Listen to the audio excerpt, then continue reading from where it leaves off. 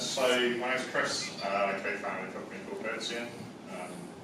Hertzian focuses on collecting and analysing customer feedback data.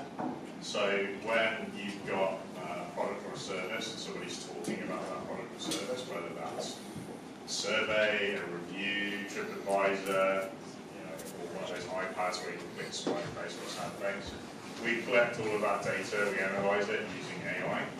We're old AI, we've been doing AI since 2015. I'm sure lots of you have loads of questions about AI and ChatGPT, and I'm happy to answer them.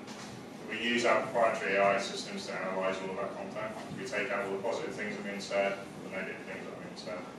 Once we've got all that analysis from all the feedback people are saying, we share that analysis with our clients.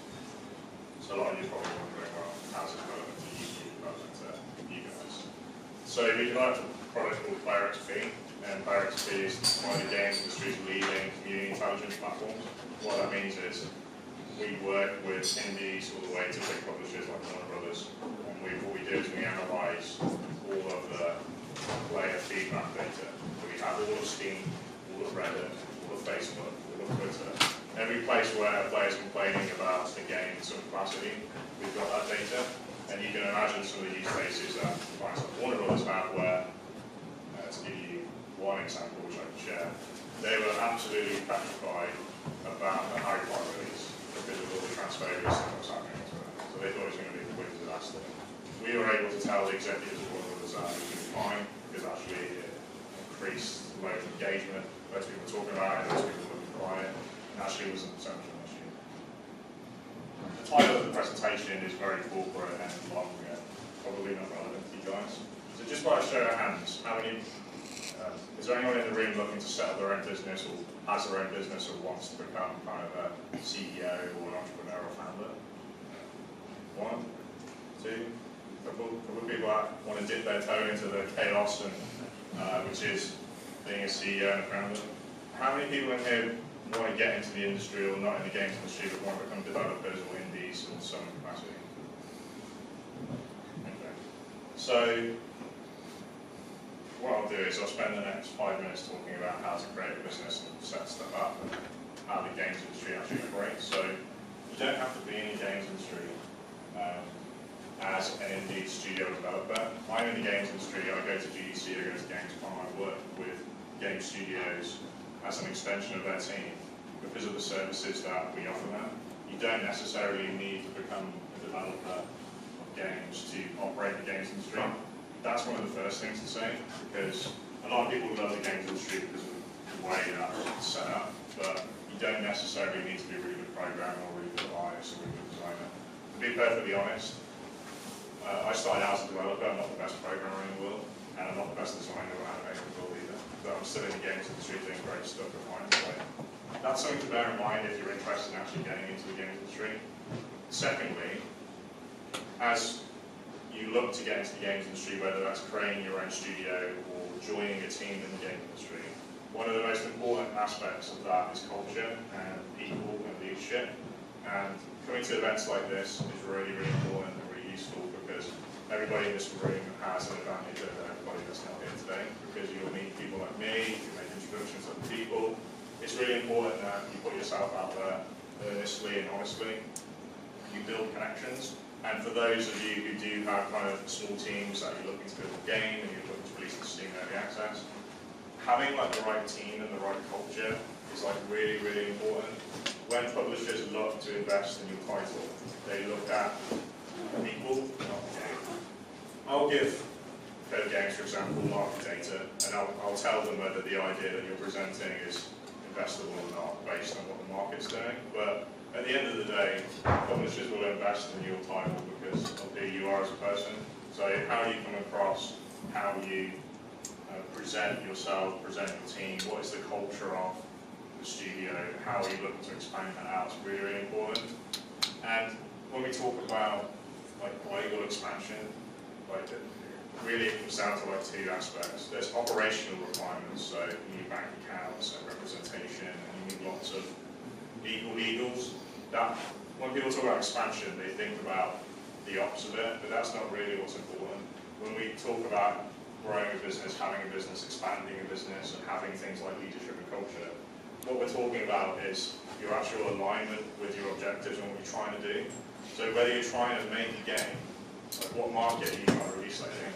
If you're trying to release that game in the Asian market, you need to have representation there. You need to align yourself with people who know that industry and know that sector well. If you're not, then there's no point in going to Tokyo Games. I give you so a lot of colleagues at my office are desperate to go to Tokyo Games. And the only reason they want to go is because they want to go to Japan, right? No one actually gives me a good proposal to go. Yes, we do, we are looking at working with Bandai Namco and Nintendo, but you really need to think about the real reasons you're making the decisions and spending the time and the things that you are. So try to be precise about the activity that you're doing, whether that's attending events, building your game, or looking for people to join the team to build your own game.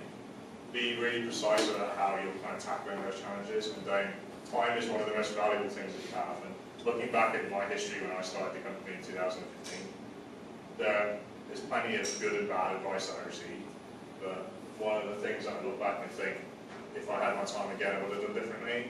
I would have probably spent my time differently. I would have been more precise, I would have been more prescriptive about where I went, what I did, who I spoke to, particularly in the games industry, because there's a lot of opportunities and a lot of things that you can consider and go to. Not all of them will be fruitful, so try to be prescriptive about what you're doing. Quickly on the AI side of things, yes, AI is new. Yes, it is going to improve optimizations. You're not all going to lose a job for it. It's not going to be terminators. There are going to be more types of ChatGPT. Designers, artists, you're all safe. You're not going to lose a job. These are all kind of the things I get asked here a lot. I would encourage everyone in the room to engage with these technologies because they're not going anywhere. Just like you have a calculator on your iPhone, your phone. These new technologies are there to be used to help enhance and improve what you're doing. So don't shy away from it, try to embrace it and understand it. And another thing with AI technologies is, unless you're looking to develop AI systems, don't bother, please don't bother trying to learn what machine learning is, deep learning, large language models, neural networks, reinforcement learning, supervised learning, unsupervised learning. Don't bother trying to learn all that crap. There's so many people that come to me and are like, oh, I want to get into AI and I want to use ChatGPT and I want to do this, and they're spending hours and hours and hours reading all this stuff. You don't need to know it. How many people in here know actually how a calculator works? But I don't know how a calculator works, right? You don't need to know it unless you're building them and you're doing it. So that's one of the takeaways with AI. I don't know whether we have time for a Q&A. If anyone wants to ask any questions about how to get in the industry or about AI tools, feel free to raise your hand now. I'm happy to ask questions. Yeah.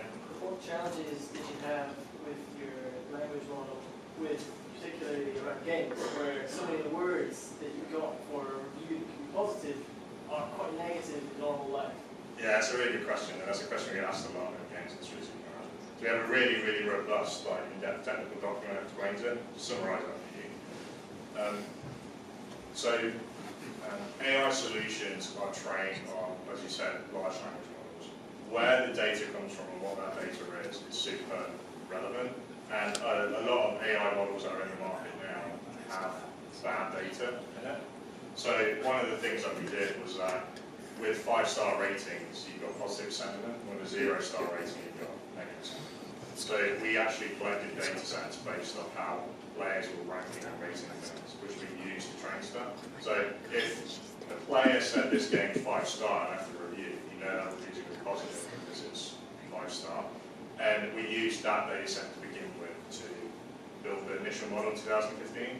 But since then, we've done reinforced learning where we actually have a model that's called the Zachary Pinder model, and it's because the guy who made it is called Zachary Pinder, and he went in and he basically added some of the nuances you see in the games industry. So when we're talking about blowing someone's leg off in Call of Duty or whatever, it's seen as a positive thing. An example of where it went wrong is Star State will have a horses game. They've got an item in the game which is manure for the farm. And it's like a really rare positive item. It's effectively shit, right? And players were like, oh my god, like, I managed to get this item, like, you know, now my horses are grading because now I have the shit. And our system was like, well, that's negative because I swear that typically it's not really game relevant. But there are examples of like edge cases where it doesn't work. But player XP is built for games. Patient XP, which I did mention because it's not relevant there, is a product that we have for the NHS, and we analyse patient and staff survey data. So we tell hospitals how to improve their quality of care by analysing patient records and patient surveys. When a patient says doctor's cut off the wrong leg, it's a very different thing to analyse that as a negative sign. But it's a great question. As an individual, what do you think are the most important AI tools to get to cookbook? So, what job would you like to go into? Because you've got... Well, I work in marketing. Okay, so to kind of answer your question by kind of adding context to the question, so narrow AI is... all AI is narrow AI, despite what people say. AGI is terminated, doesn't exist, right? AI is built to do a very specific purpose and is given data to do that very specific purpose. So player XP is created and use data to analyse games. Patient XP has how data to analyse patient data. The Roomba robot that runs around your kitchen and cleans up is built to do that one job, right? There are thousands of AI tools that exist at the moment, so what you need to do is find an AI tool which is built specifically for what you're looking for. ChatGPT is trash because it's built to do everything, and all the GPT models are trying to sell themselves as clever, narrow AI, but they're very generic. Where player XP is more accurate and better than ChatGPT. It uses the same technology because the data set behind it is specific to it. So if you're looking for AI tools in marketing, like copywriting, generative AI, and like image creation and stuff, try to find tools in massive nets. We can have a chat after we've got some Hertzian resources I can share with Harry to circulate to attendees. Like, try and find tools that are built for a specific purpose. Anytime you see an AI tool that says we do this, and this, stay away